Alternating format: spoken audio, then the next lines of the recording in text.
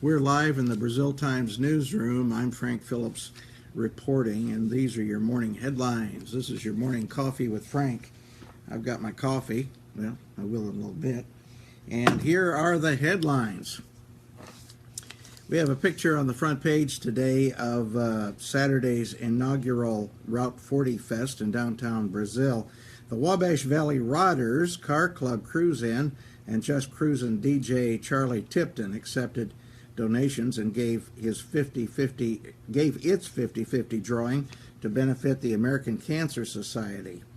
And we have a picture of one of the cars, and Steve Haney and Pat Kreider, who received the donations on behalf of the American Cancer Society. $234.25 was raised in that event. We also have information about the Fall Frenzy. As you saw Friday, I believe it was, on this program on Facebook Live, Pam Fisher announced that the Be Nice, Be Kind campaign is having a pulled pork dinner to benefit the YMCA/First Baptist Church efforts to feed hungry children in Brazil. And you can find out when that dinner will be and all the details in this morning's edition of the Brazil Times. Congratulations to the Northview Marching Knights. They finished first in Class B competition Saturday at the Sound of Brownsburg Invitational at Brownsburg. Behind Northview was New Palestine and Pendleton Heights. And Marion, they finished second, third, and fourth in that order. Also, two faced felony charges after an incident earlier this month involving drugs, and you can read that story on the front page of the Brazil Times today as well. Coming up, the Brazil Public Library will host a program called Cornhusk Dolls at 6 p.m. October 4th. And the city, this is something neat. I really like this. The city of Brazil is going to unearth a 50-year-old time capsule that was buried on the grounds of the Clay County Courthouse. They're going to unearth it, and then they're going to be revealing those contents on Saturday, October 1st at Forest Park, and that's going to be part of the city's celebration for their 150 years, the sesquicentennial. I'm looking forward to that. We were at the Riddell National Bank when they unearthed their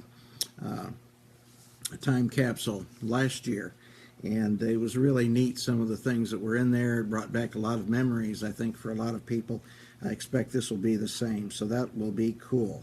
That will be at noon on October 1st at Forest Park, and then the celebration continues from 1 to 3 p.m. that day. 150 years for the city of Brazil. You don't look a day over 50. I don't know how old a city's supposed to look. Actually, Brazil looks very well.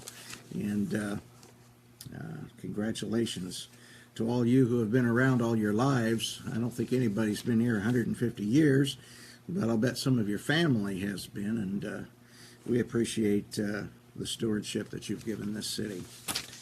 Okay, let's open up inside.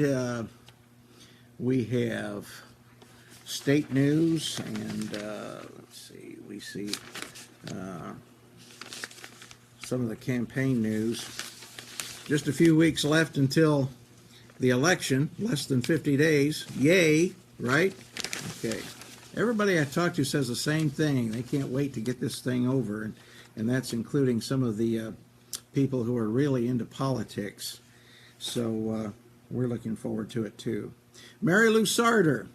Mary Lou Sarter's column is in today's edition of the Brazil Times. She's talking about the county fair and the memories she has of the county fair. Hey, do you know when the Clay County Fair began? Well, I do. It was in 1920. I found that out while we were preparing the look back this week. And in 1921, they were having the second Clay County Fair, and I'm sure that's the same thing that it was. John Riddell was, I think he was the president. He was an official for that event. And my goodness, from 1920 until 2016, coming up on almost 100 years for the Clay County Fair. It'd be 100 years in 2020, just 4 more years away. Clay County through the years, we have that feature in there, and they're talking about pioneer barrel makers. And this is submitted by Patricia Wilkinson of the Clay County Genealogical Society. Oh, here we go. The Indiana Sheriff's Association is to open their training facility on Thursday.